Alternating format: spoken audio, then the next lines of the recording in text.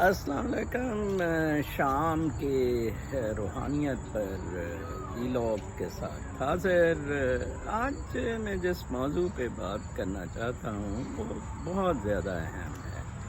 اکثر میرے سے اس کے بارے میں سوالات بھی پوچھے جاتے ہیں اور معاملہ بہت سادہ ہے، اور اس کیس میں بھی میں کہوں گا کہ بہت سمپل ہے، لیکن ہم لوگوں کی دکانداری نے اسے، مادہ پرستی نے کمپلیکیٹ کر دیا ہوا ہے۔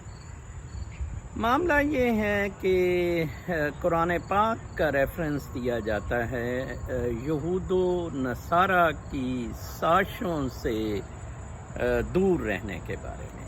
تو میں کہوں گا کہ اس سے جو چیز کنٹروورشل بنائی گئی ہے وہ یہ ہے جی کہ کیسے اللہ تعالیٰ جو رحمان و رحیم ہے، جو دونوں کائنات کا مالک ہے، تو وہ کیسے ایک خاص ریلیجن یا ایک خاص کمیونٹی کو ٹارگٹ کر سکتا ہے۔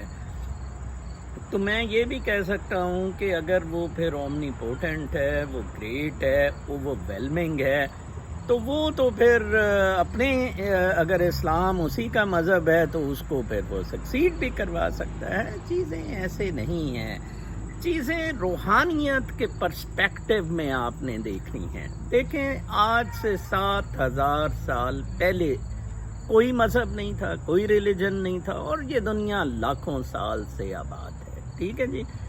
تو مطلب یہ ہے کہ قدرت کے مطابق زندگیاں گزاری جا رہی تھیں۔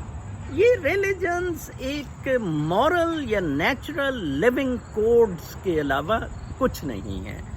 وہ ذات، وہ لوگ جو اس شعور مقدسہ کا حصہ بنے، وہ پیغمبر کہلوائے، اور انہوں نے اپنے فالوورز ہر دور میں بنائے اور ان کو بتایا کہ یہ سچ ہے۔ بیسیکلی یونیورسل ٹروتھ اہداف ہے، از دی اینڈ۔ تو ہوا کیا؟ ہوا یہ کہ ان کے فالوورز نے اس کو اینڈ بنا کے دکانداری شروع کر دی۔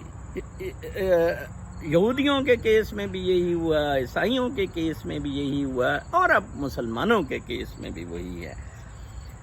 تو یہ بڑا کلیئر ہے کہ پیغمبر جو نبی تھے وہ شعور مقدسہ کے ساتھ پہنچ گئے اس روحانی ایکسلنس میں، اور انہوں نے اس یونیورسل ٹروتھ کی تشریح کی۔ حضرت محمد صلی اللہ علیہ وآلہ وسلم نے تو کمال کر دی۔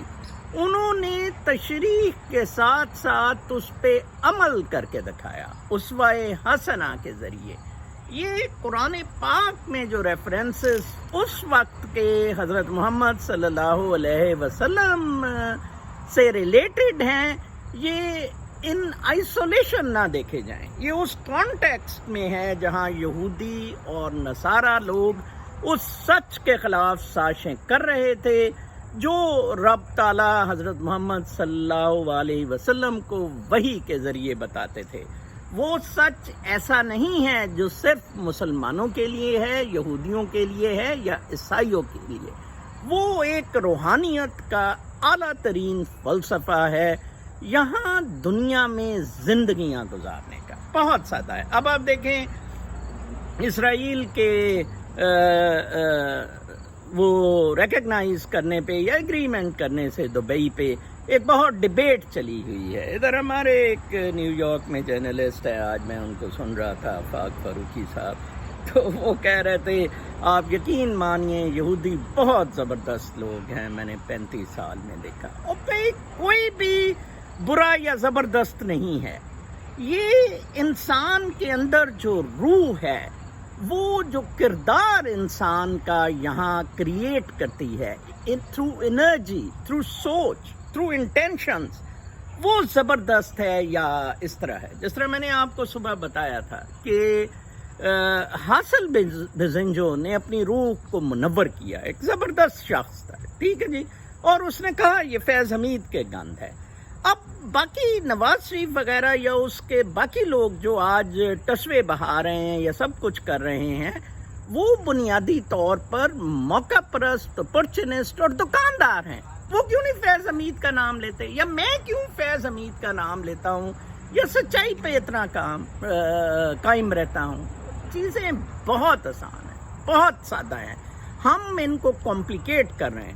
آپ یہاں امریکہ میں دیکھیں، ہزاروں یہودیوں کی کتابیں ہیں اسرائیل سے، جو اسرائیل کو اتنے زبردست طریقے سے لتوڑتی ہیں، یہ پیلسٹین کا کلا کما کرنے پہ، اور ان ایکسٹینشنسٹ پالیسیز پہ، ان سیٹلمنٹس پہ وہ بہت زیادہ اسرائیل کو لتوڑتی ہیں۔ ٹھیک ہے جی، آپ نے کئی دفعہ دیکھا ہوگا اسرائیلی بچے بیچارے روتے ہیں جب پیلسٹینینز کے ساتھ کچھ ہوتا ہے، اور پیلسٹینینز تو کرسچنز بھی ہیں، وہ صرف مسلمان ہی تو نہیں ہیں۔ ٹھیک ہے نا جی، تو چیزوں کو ان آئسولیشن خام خواہ دیکھا جا رہا ہے۔ اسرائیل کی سب سے بڑی زیادتی یہ ہے کہ ایک سٹیٹ کریٹ کی گئی زبردستی، اور اس کو پھر سینسٹائز کرنے کی کوشش کی جا رہی ہے ان سب چیزوں کو کنٹرول کر کے کہ یہ اب ہمارے اوپر نہ چڑھے۔ بالکل یہی معاملہ چین کا ہے۔ چین نے بھی ایک بدماشی سے اتھارٹیرین رجیم کریٹ کی ہوئی ہے، اور وہ اپنے بفرز جون سے ہیں یا بارڈرنگ ہیں، ان کو اس نے مکے سے، جینوسائڈ سے، ان سب چیزوں سے کنٹرول کیا ہوا ہے اپنے آپ کو محفوظ کرنے کے لیے۔ اسرائیل سے آج آپ پوچھیں کہ آپ کیوں انیکسیشن چاہتے ہیں غازہ اور ان سیٹلمنٹس اور ان سب ایریاز کی، ویسٹ اسٹرپ کی، وہ کہیں گے جی کہ سیکیورٹی ریزن۔ اب آپ اندازہ لگائیں، سیکیورٹی ریزن، اس کا مطلب ہے کہ امریکہ جائز ہے بینگ اے سپر پاور پوری دنیا کو انیکس کرنے کے لیے فار سیکیورٹی ریزن۔ 9/11 کا تو یہی بہانہ دیا گیا تھا نا، 9/11 کریٹڈ تھا، اور اس میں بھی یہی کہا گیا کہ جی یہ لوگ ادھر سے ٹیررزم کرتے تھے۔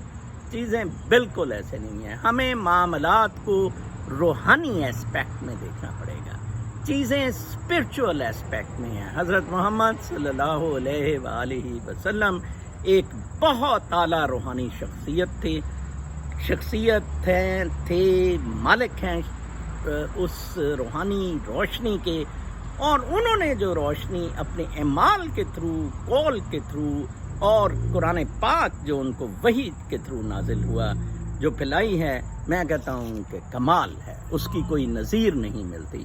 تو یہ کہنا کہ جی وہ اس طرح اللہ تعالیٰ نے ان دشمنیوں کا کہا، انہوں نے کہا یہ آپ کے کبھی دوست نہیں ہو سکتے۔ دیکھیں، اگر کوئی پاور کے لیے بھائی فرض کریں کوئی ایک کمیونٹی، ایک گروپ بنا لیتے ہیں، تو دوسرا بھائی کہہ سکتا ہے کہ یار یہ تمہارا دوست نہیں ہو سکتا ہے، جو اس کے میں نے چالے دیکھے ہیں یا جس طرح کے اس کے ڈیزائنز ہیں۔ اینڈز میں آپ کو ہمیشہ کہتا ہوتا ہوں کہ مینز جسٹیفائی کرتے ہیں اینڈز کو۔ ٹھیک ہے جی، اینڈز ہیں لو اینڈ گریٹیٹیوڈ۔ صرف 2 وجہ سے انسان پیدا ہوا ہے، لو اینڈ گریٹیٹیوڈ، اور انہی 2 چیزوں سے، خصلتوں سے، خوبیوں سے، جذبوں سے روحانی روشنی برائٹ ہوتی ہے، چمکتی رہتی ہے، اور آپ شعور مقدسہ کے ساتھ جا ملتے ہیں، یا آپ کاسمک ڈینس کا حصہ بن جاتے ہیں۔ یہ بہت آسان ہے، ہم خود اپنی بربادی کرتے ہیں ان فروئی بحثوں، مباحثوں اور چیزوں پہ، صرف اس لیے کہ مادہ پرستی کی خاطر یہ لوگوں نے، سب نے دکانیں لگائی ہیں۔ آپ دیکھیں، جس وجہ سے میں اپنے آپ کو کسی طرح بھی ایز این انسٹیٹیوشن نہیں بنانا چاہتا۔ ایک سادہ سا یوٹیوب چینل ہے، بڑے انڈیجنس وے میں اپنی پریزنٹیشن کرتا ہوں، اپنا نقطۂ نظر بتاتا ہوں۔ کوئی مجھے فالوئنگ نہیں چاہیے، کوئی مجھے پیسہ نہیں چاہیے، کوئی مجھے میرے میسج کا پرچار نہیں چاہیے۔ ایک ایکسپریشن ہے، ایک پھول ہے، جیسے آپ روک نہیں سکتے، قدرتی جو چیزیں ہونی ہوتی ہیں، ایک پھول ہے جو کھلنا ہے، یہ آپ سمجھیں کہ میں کھل رہا ہوں ان دا مور نیچرل وے، آپ اس کی بیوٹی، اس کی انجوائے کریں۔ تو یہ ساری ان چیزوں سے بالکل آپ نکلیں۔ اس سے بہترین نکلنے کا طریقہ یہ ہے کہ مادہ پرستی سے کسی طریقے سے جان چھڑانے کی کوشش کریں۔ کل صبح تک کے لیے یہاں سے اجازت، اللہ نگہبان۔